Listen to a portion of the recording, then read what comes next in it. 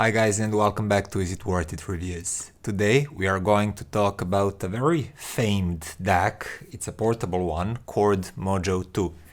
And this one goes for around $700 depending on the market. Are you in the Europe, US? How greedy is your government regarding taxes, etc. But as usual, I'm going to talk about how does it sound and how does it compare to alternatives on the market. So I'll quickly go through the build and feel of using this device, and if you ever encounter the Chord product, you know they're quirky. So for example, I'm going to turn it on, power it on currently. So for example, as you can see, there are these colorful balls here, and one is to turn it on and off, another is to change filters, inputs, then two in the middle are for changing a volume, and everything you do reacts by changing color in some way. And let me tell you this, I tend to kid around with real men not using manuals, and often that's true. But with Chord Mojo 2 here, and basically with every Chord DAC, you cannot fully utilize all of its functions and features without reading the manual. In fact, like the first 2 days, every time I wanted to change something, filters and other stuff, I kept the manual open in my browser. And that quirkiness continues when it comes to digital inputs. We still have coaxial 3.5 millimeters mini coaxial input, then optical, which is oddly enough regularly sized. Then we have USB inputs, and you can see that we have 2 micro USB and 1 USB-C jack. And signal inputs are located, as you can see the logo here, on the left side, and you can use either USB-C or micro USB, and that's fine. But to charge it and to power it, you have to use this second micro USB on the right. And I think that I speak in everybody's name when I say that micro USB is probably the most disliked USB connector because it's easiest to break and to malfunction in any way. But they kept it this way because they wanted to make Mojo 2 compatible with Poly. That was like a streaming add-on for the original Mojo, and Mojo 2 still works with Poly, which if you are the owner of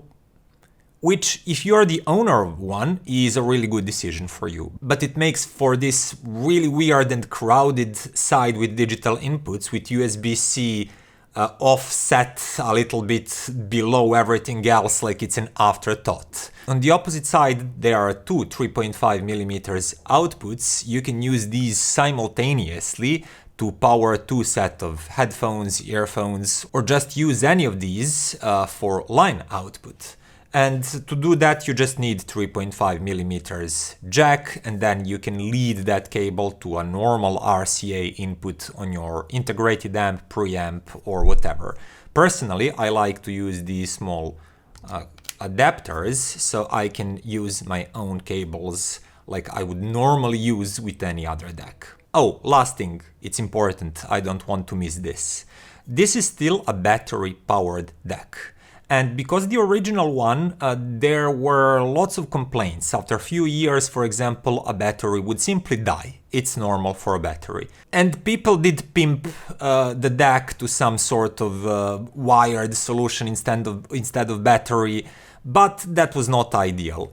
This time around, there is a smart mode that realizes when the DAC is constantly powered through the USB micro one charging port, it realizes that it's in a desktop mode. So it stops charging the battery and it starts using the power directly from the cable, from the charger. It's definitely better solution than with the Mojo 1, and it will definitely prolong the battery life, and eventually, after several years, after a battery dies, you can still connect this one to external power supply and use it as a desktop or just home stationary product. Now, I won't talk about DAC specs. If you want to read how many taps this DAC has and other advertising material and how that's better than any other DAC in the world, you can go to Chord page and dive in. As for the power output, because that's important realistically, I'll put that on the screen. It's very decently powerful for a portable device. And with most of my headphones, I never felt that I'm lacking any power. Of course, if you compare it to a fully grown desktop amp of several watts, you'll notice that that one has more slam, more drive, more dynamics. But Mojo 2 is not weak by any means. It's not like a small USB DAC dongle. It has more authority, more punch. And the driving power will simply not be an issue in like most use case scenarios. Other than that, important thing to mention is that Mojo 2 actually has like integrated DSP, integrated EQ. So you can alter tonality, you can alter highs and bass response, and one really interesting thing that you can do, you can adjust the crosstalk between the channels. Now, I don't find any use for that inside of the stereo room setup, because that already has more than enough crosstalk. But if you're using it with headphones or earphones, adding a bit of crosstalk feels a little bit more organic. Yes, the stereo is not as separated as without it, but it feels a little bit more coherent and connected in a better way, and more natural, more relaxing. Personally, I still didn't use it. I ended up preferring true stereo, completely separated, for most of my music listening. Only few times when I listened to the like old 70s rock. Back then, they really liked to misuse stereo and make sounds be completely on the left or completely on the right without any organic crosstalk, and it can be a little bit annoying and jarring when you listen to that kind of music through headphones, and then enabling crosstalk, which you can do in 3 different steps, I believe, is really helping for all of that to mix better together and sound more organic. So really powerful options that you definitely cannot even begin to use without looking at the user manual. But all that said and done, how does Mojo 2 actually sound? Well, first I'll tell you this. No matter if you're using it as a DAC, outputting line output to your integrated or a preamp, or you're using it connecting headphones or earphones directly to it, Mojo 2 has the exact same qualities and the sound signature, so I'll be bundling whole sound description together. It will not be separate for headphones and then for using it as a DAC in your stereo setup. That said, Mojo 2 sounds really resolving in the mid-range. But more than that, it has really great tone timbre, especially in the mid-range. And the mid-range is definitely the most important part of the spectrum. That's where our voices are. That's where most important parts of all the instruments are. That's where our hearing is at its best. We are most sensitive to details and tiny shifts, tonal shifts and changes in the mid-range.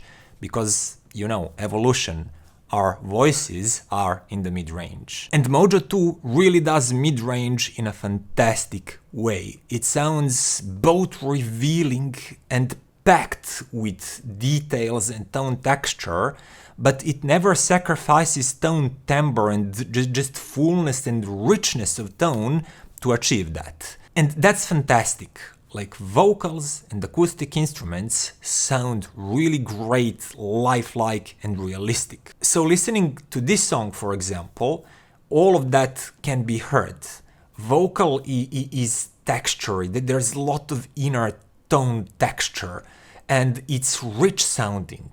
And there is no sibilance to talk about, there is no digital sharpness or anything like that, but just great tonal balance with great inner detailing that sounds natural. And it's the same for female vocals, male vocals, and all instruments, any acoustic instruments, being that accordion, guitar, piano, sounds really organic and really rich tone rich. And that's the best part of Chord Mojo 2, and that's the part where it's really hard to beat it. But we'll get to that a little bit later in a comparison part. For now, I just wanted to say that highs are really open sounding, airy sounded, well extended, and in the same fashion, like I just described for the mid-range, they're open and revealing and informative without ever being sharp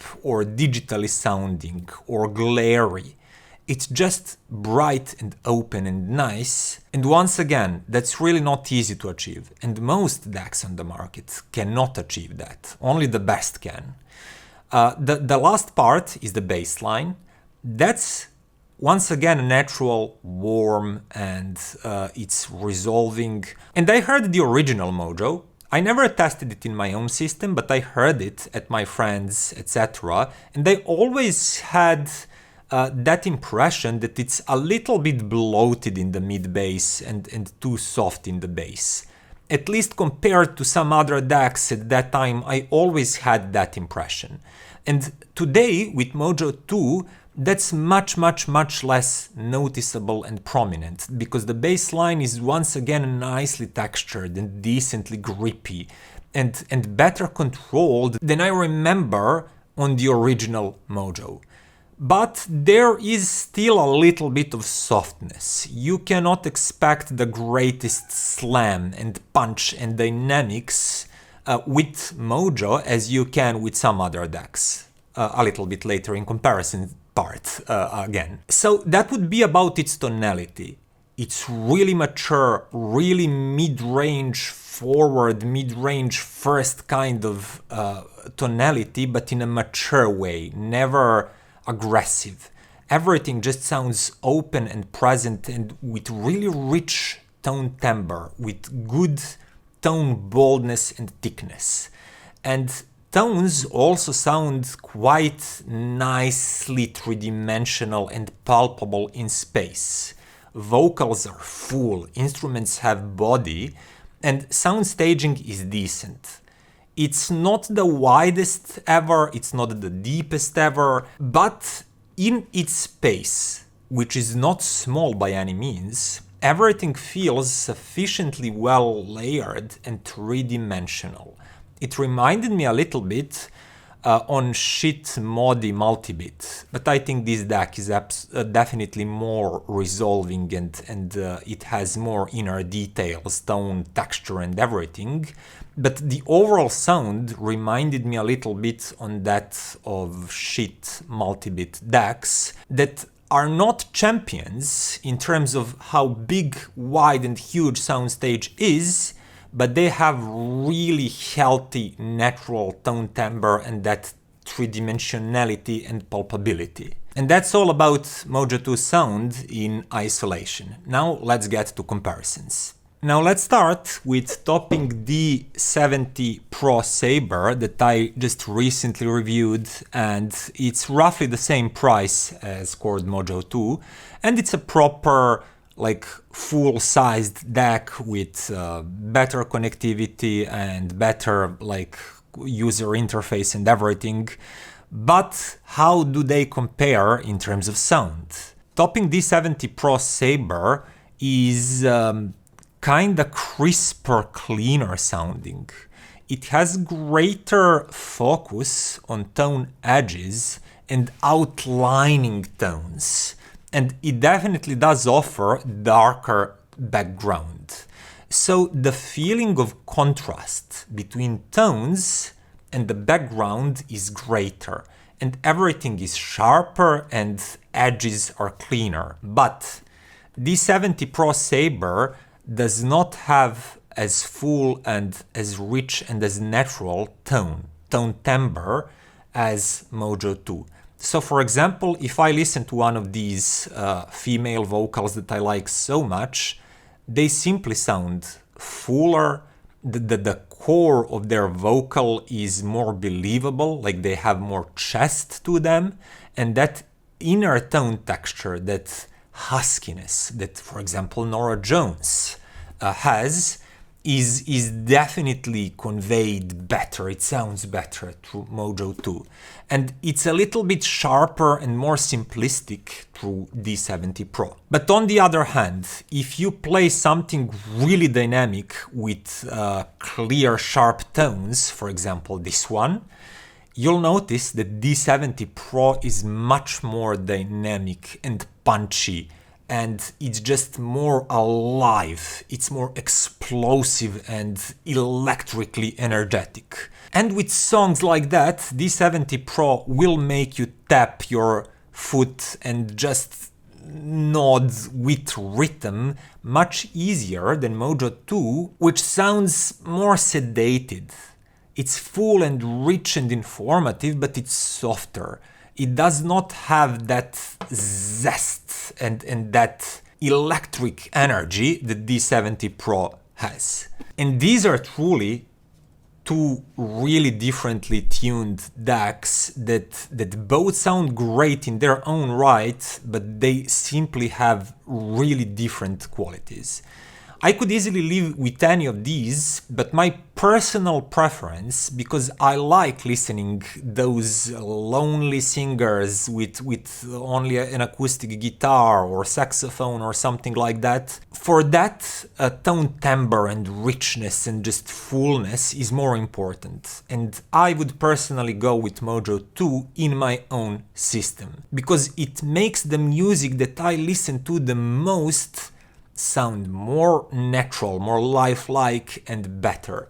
But if I would to listen these energetic songs, pop songs, something that really requires fast pace and rhythm and dynamics and slam, if I listen to that kind of music more often, yeah, I would go with Topping D70 Pro, especially because I definitely prefer its form factor and how it's controlled and how I don't need like adapters and weird cables and everything to connect this one and then worry about heat and battery and stuff. Now I'll quickly mention Musician Draco. It's an R2R DAC that's once again very similarly priced to Mojo 2. And funnily enough, that one sounds somewhere in between of Mojo 2 and Topping D70 Pro that I just compared Mojo 2 with. It hits right in between in terms of tonality. It has richer tone timbre and richer inner tone textures than Topping D70 Pro Sabre, but it's not as rich and lush as Mojo 2. It's a little bit, just a touch leaner than Mojo 2. But it is more dynamic and it has crisper edges than Mojo 2. And once again, if you only listen to these kind of low-key acoustic songs, vocals, one or two instruments, you might prefer Mojo 2. But if you sometimes listen to the rock music, pop music, electro music, then Musician Draco is, in my opinion, a better all-rounder. And as I said, it fits just somewhere in between D70 Pro Sabre and Mojo 2.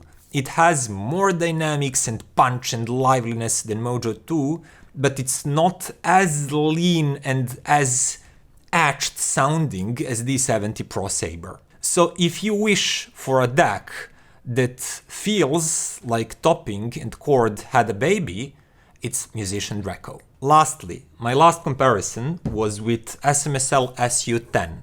This one is slightly pricier than Mojo 2, but I much prefer its form factor and connectivity and how you control it. So these two are actually much more alike than they're different. Because SMSL SU-10 also has that kind of full and rich tone in the bass and the mid-bass and the mid-range.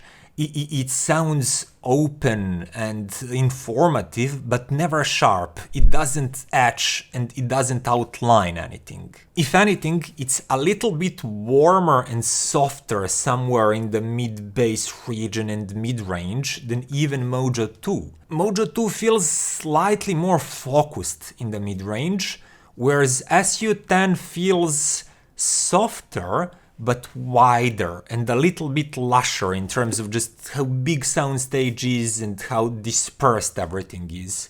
Differences are really small, and non-critical listener might not even notice a difference changing between these two.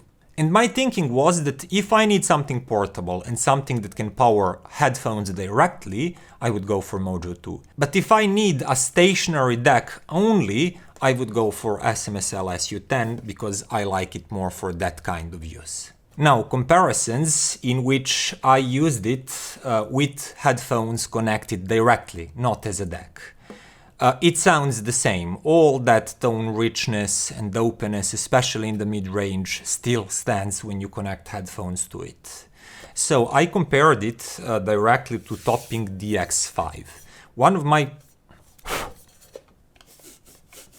God damn it, so much dust on it. One of my favorite DAC/headphone amp units. When comparing them directly, you notice that Mojo 2 is more revealing, more resolving, that inner tone texture is simply richer, and Topping DX5 is not a lean sounding product. It has nice body, it has nice punch, and like good tonality overall, but it's just a little bit less resolving, a little bit hazier, and not as informative as Mojo 2. And it's not a huge difference, but it's not a tiny one either. After listening Mojo 2 for some time with any of my headphones, when I went back to DX5, I noticed the lack of that tone texture. I noticed that quick transients were a little bit blurred, and that makes Mojo 2 definitely faster sounding, more resolving sounding, both in terms of just detailing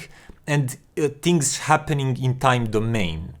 It starts quicker, it stops quicker, it's simply all-round more resolving DAC amp. Then I stepped up to something more expensive, and that's EarMen Angel, around $700 US. It's a DAC and headphone amp. It's also powered by battery, but also USB charger. And it's just really similar device to Mojo 2 and with similar pricing. And comparing them directly, EarMen Angel sounded a little bit sharper and a little bit more high frequency oriented and a little bit edgier.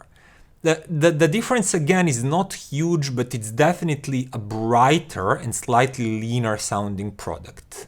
Whereas Mojo 2 is more like mid-range and lower mid-range kind of tonality that sounds a little bit fuller and bolder and just a little bit richer.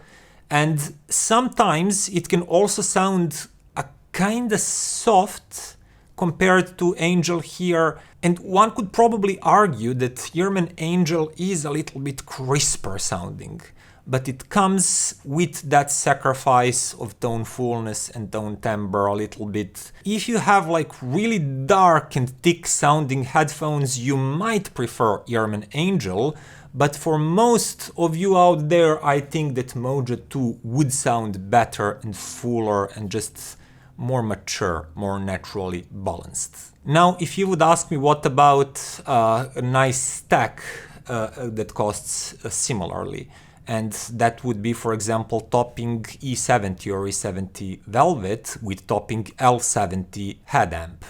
Well, that has more power and more grunt if you need that power for some demanding headphones, but Mojo 2, in a similar way that when I compared it with Topping DX5, Mojo 2 actually sounds quicker, it has cleaner and crisper transients and better inner tone texture. And if you maybe ask about RME ADI-2 FS, well, that one sounds basically the same as Topping E70 Velvet and L70 stack. It's a really good sound, don't get me wrong, but Mojo 2 actually sounds a little bit more resolving, and it reveals a little bit more texture, and it does that without sounding sharper or edgier. It's just naturally more open and has better transient speed and control than RME ADI-2 FS on its headphone output. So for headphones, if I wanted to completely outshine Mojo 2, I had to go to something really good, like a combination. You can use Mojo 2 as a DAC or any other great DAC like Musician Draco, for example, and then add great desktop head amp like Topping E70 Pro, and you will have more slam, more impact, wider, bigger soundstage. But that will cost you almost twice the price of Mojo 2 alone. The same way, if you wanted to beat it noticeably as a DAC, you had to go with more expensive ones, like Qutest R26, for example. It simply sounds bigger, deeper, more authoritative, but it doesn't sacrifice tone timbre in any way. It's a better sounding DAC, but once again, at twice the price. And that tells you something. If you cannot beat this thing by throwing a little bit more money into the problem, but you have to double the money to have something noticeably better, that means it's great, and it's one of the best DACs that kind of money can buy. And I'm happy about this, because if you follow my channel for some time, that was like a few years ago, you probably know that I was not that happy with Chord Qutest. I like how it sounds, but it was a little bit leaner sounding product and expensive. And it does sound a little bit more, it has deeper soundstage and better layering than Chord Mojo 2, but it also has leaner tonality. It doesn't have this good tone timbre. And if I had to choose directly between these two out of the box, I would probably go for Mojo 2. It doesn't layer as well, it doesn't have as deep soundstage as Chord Qutest, but it's half the price, and it has richer tone timbre and richer tone inner detailing. And it's actually very competitive against a $700 DACs, something that I think Chord Qutest is not against its own peers. Like Qutest R26, I believe it's much better DAC than Chord Qutest is. And that made me thinking, like, should we expect Chord Qutest 2? I think we should. I think that will be interesting if Mojo 2 is anything to go by. So, Chord DACs, quirky as ever. It seems that they just can't or won't do things like normal people. So it's quirky, but it's well built, and it really does sound great. And that would be all for today, guys. Thank you for watching. You know what to do if you like this video. If you didn't like it, you can complain down in the comments, but I mean, let's be real. Who wouldn't like my videos?